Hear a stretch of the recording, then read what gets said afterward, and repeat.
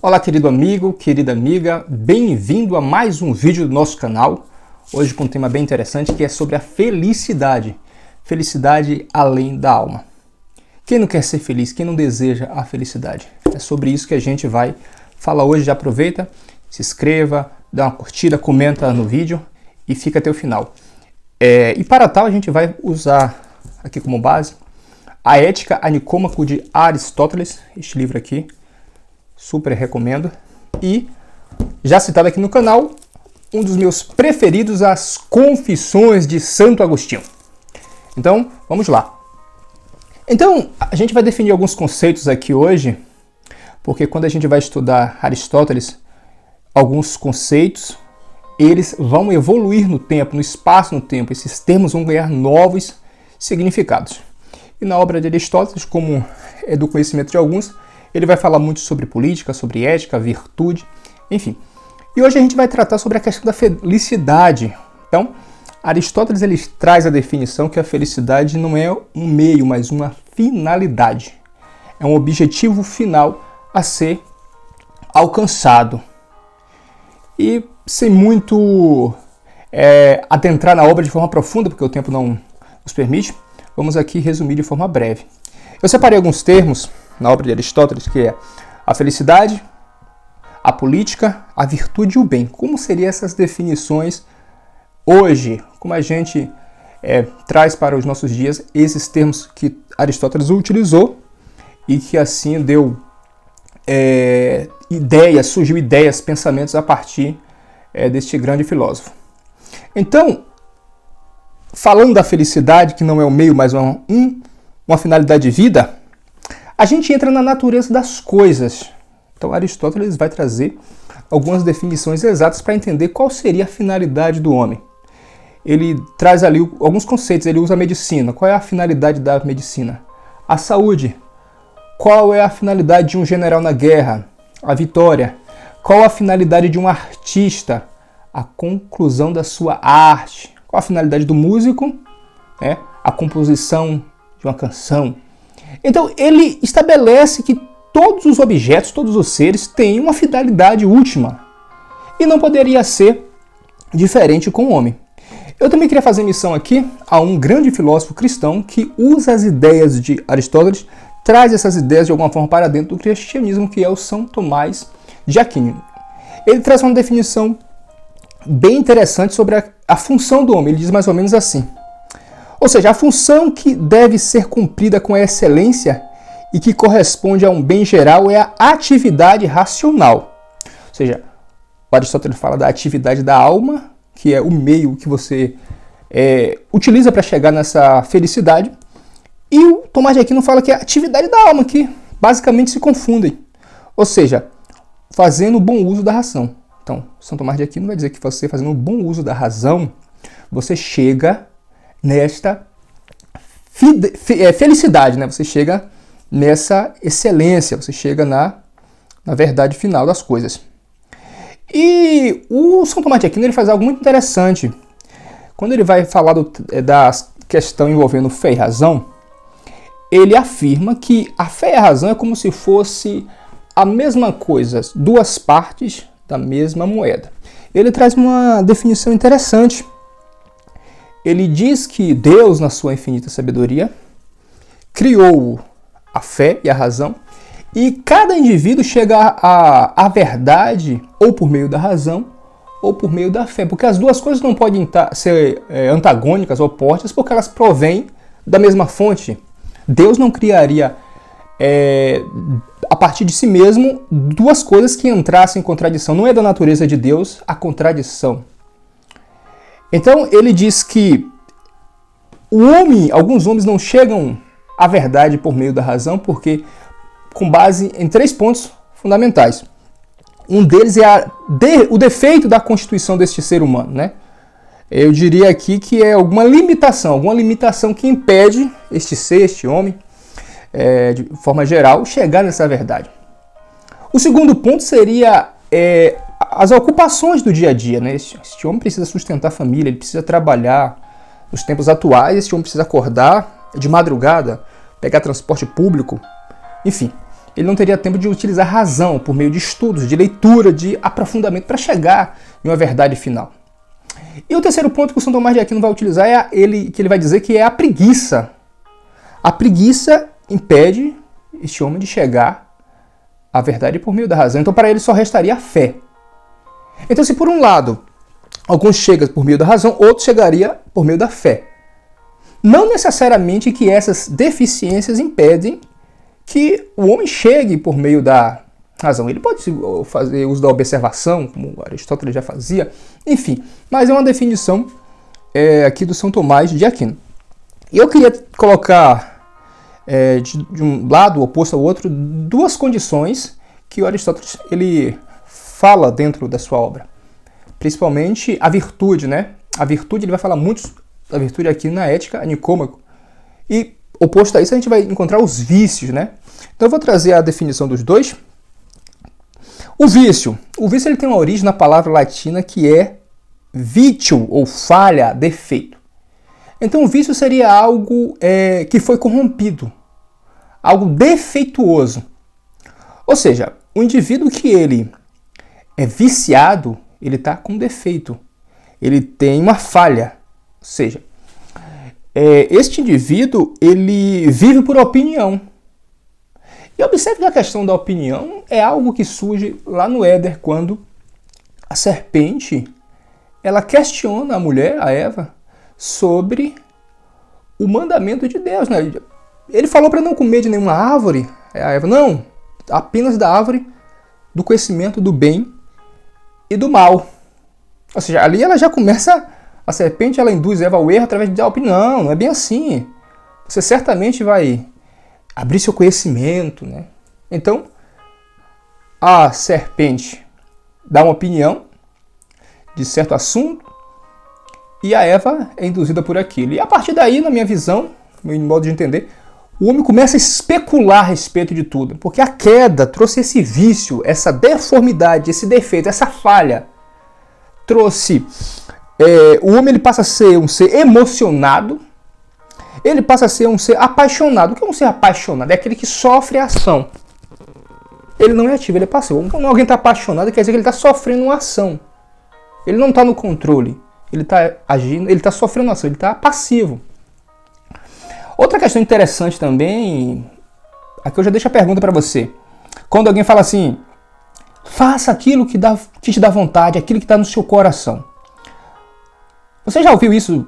Alguém já lhe fez essa pergunta, já te deixou essa indagação, trouxe essa questão?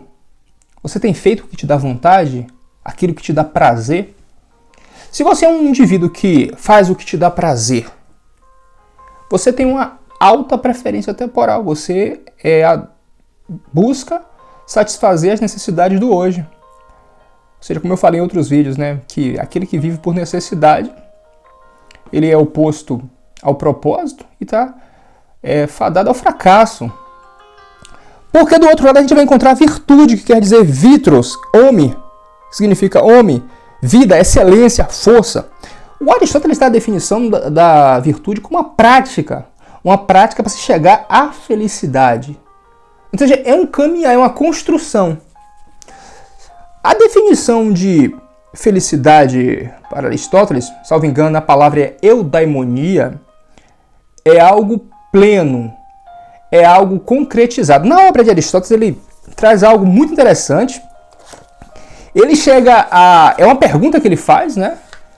Que ele chega a dizer que a felicidade só seria possível por meio da morte. Verdadeiramente feliz é aquele que está morto? Ele faz uma pergunta. E aí depois ele fala, mas como seria esse homem feliz se ele está morto, né? E aí ele faz uma comparação com aqueles que a sua descendência, o seu legado, aquilo que deixou, né? Mas ele por si só não poderia usufruir dessa felicidade porque ele morreu, ele está morto. Sabemos, aqueles que são leitores da Bíblia, que séculos mais tarde, Paulo vai dizer que que aquele que está em Cristo, né, nova criatura é. Ele ressuscitou em Cristo, ele está morto para este mundo e agora vive em Cristo. Então, dentro do cristianismo é possível essa morte para encontrar a eudaimonia, né, a felicidade, que seria Cristo. Então, Aristóteles, claro, ele não tinha revelação divina, de Cristo, do Espírito, né? Ele tinha ali o conhecimento da razão. E em algum momento ele chega a Deus, que ele chama que é a causa de tudo, o primeiro motor imóvel, que é a causa de todas as coisas, que tudo advém deste primeiro motor, desta primeira causa. O Deus de Aristóteles é a primeira causa, né? Então, por um lado temos o vício, que é aquele que é escravo das suas próprias vontades, e de outro lado tem a virtude, né? Aquele que é livre. E o Aristóteles ele dá essa deixa para aqueles que querem chegar à felicidade e cultivar a virtude, ou seja, a vocação. Um homem virtuoso é aquele vocacionado, é aquele que tem um propósito, um objetivo. Aí ele valoriza não a opinião, mas a episteme, que seria o conhecimento, a busca. E eu gostaria também de ler aqui uma passagem do Agostinho para complementar isso, de como chegar nessa felicidade. Está escrito assim nas Confissões: onde então conheceram essa vida feliz, senão onde conheceram também a verdade? Com efeito, a amam também, porque não querem se enganar, e se amam a vida feliz, que nada é senão o prazer da verdade, certamente amam também a verdade. E não amariam se alguma noção dela não estivesse na memória deles? Por que então não gozam dela? Porque não são felizes? Porque estão ocupados mais intensamente em outras coisas que os tornam mais miseráveis do que os tornam felizes, aquilo que lembram debilmente?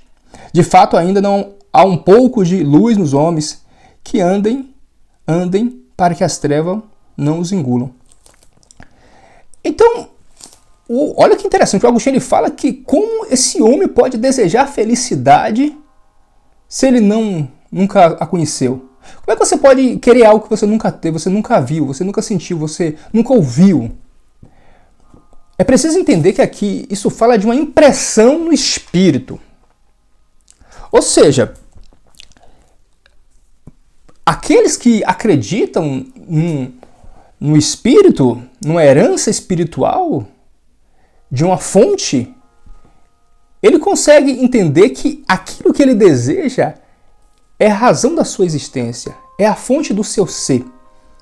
Então, a felicidade para aqueles que buscam, que estão em Deus, é com base naquilo que ele é, na sua essência.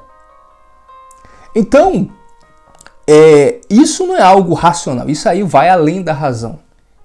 Isso é uma prática espiritual. Então é muito interessante a forma com que o Agostinho define a felicidade, né? Não é algo que acontece, mas é algo no qual eu chego a conhecer quem eu sou de fato, quem eu sou realmente. Então, aqueles que cultivam os vícios, eles não vão conseguir essa felicidade, eles vão estar ali no prazer. O prazer é totalmente oposto à felicidade. Então, aqueles que não conseguem abrir mão de um bem futuro para viver hoje, ele não vai alcançar a felicidade. Ele não consegue ter uma religião, ele não consegue ter uma fé, ele não consegue ter uma família. Ele não consegue cultivar valores. O Aristóteles ele define a questão da religião como absoluto. Claro que a ideia que a gente tem de religião hoje ali é uma igreja, uma congregação, é uma comunidade, mas em termos gerais, amplos, o Aristóteles ele define ali a religião como um absoluto, né? Então, se esse homem ele tem um vício, ele é viciado em uma determinada prática, em um clube de futebol, de certa forma, ele é um ser religioso. Agora, talvez essa não seja a verdadeira religião, né? O verdadeiro conhecimento, a verdadeira felicidade. Então é interessante pensar sobre essas coisas. Então, Santo Agostinho, a gente entende que felicidade para Santo Agostinho é o prazer em ter a verdade, o natural, a realidade. É a chamada casa sobre a rocha, como diz no Evangelho de Mateus.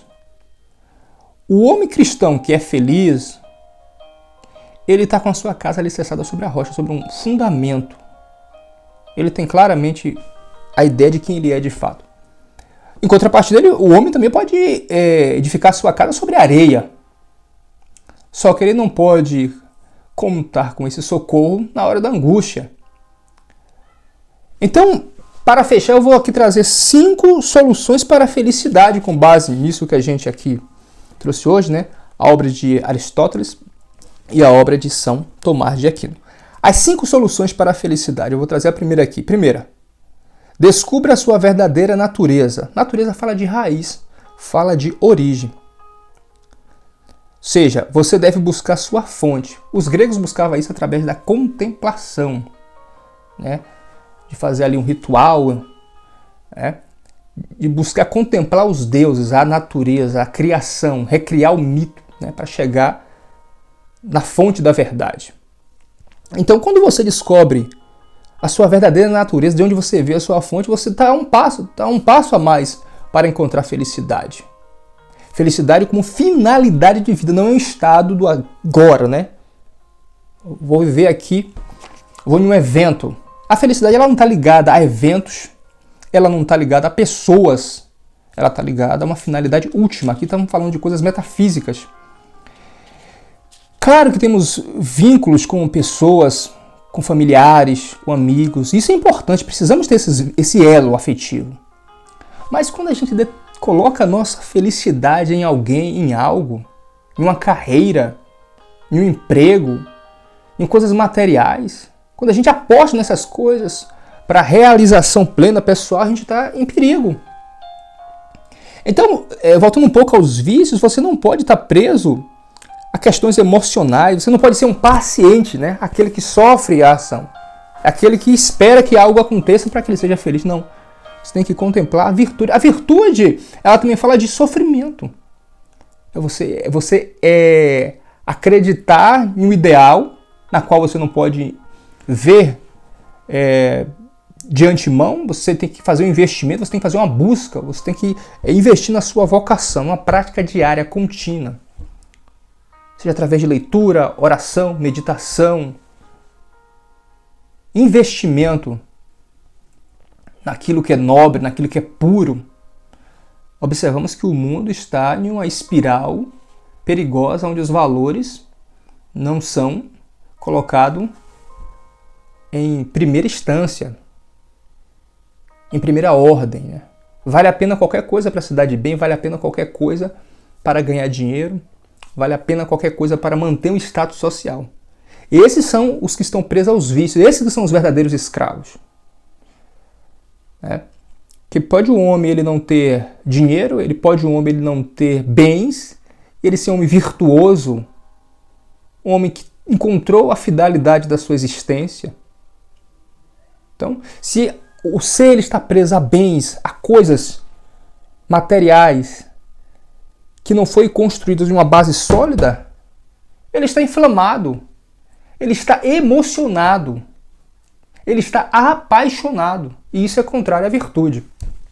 Então eu dei aqui a primeira solução. A segunda é alimente a sua virtude, a sua vocação. Você tem que alimentar aquilo que você foi chamado para ser. Voltando um pouco lá à finalidade das coisas, a função da medicina é a saúde, do músico é a música, do artista é a arte. Você tem uma finalidade de existência, você tem uma finalidade nesta vida. É isso que você tem que alimentar, a sua vocação. Se tudo foi criado com uma finalidade, por que com o homem seria diferente?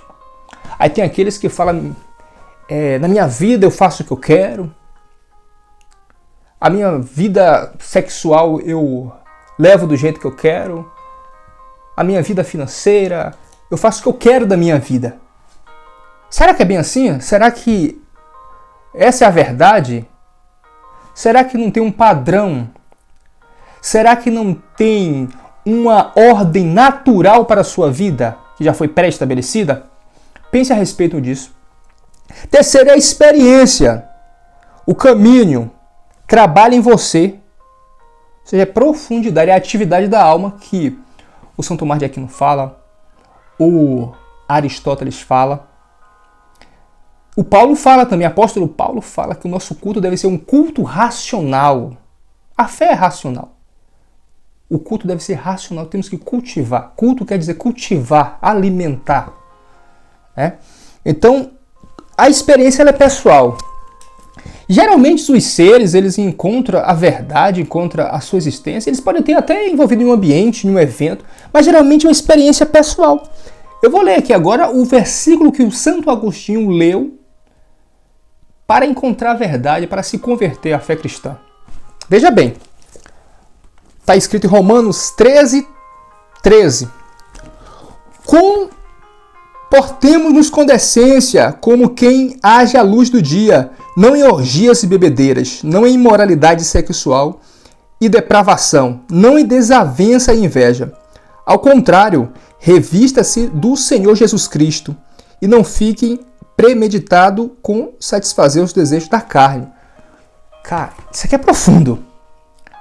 Agostinho, certamente, ele leu as obras de Aristóteles, ele leu Cícero, ele leu Platão, ele leu tudo isso aqui que eu estou falando.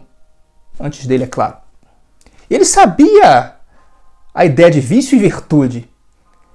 E um dia ele ouviu a voz dizer, pegue e lê. Pega o livro e lê, pega e lê. Falando a respeito do Novo Testamento, das cartas paulinas. Ele pegou e leu esse versículo.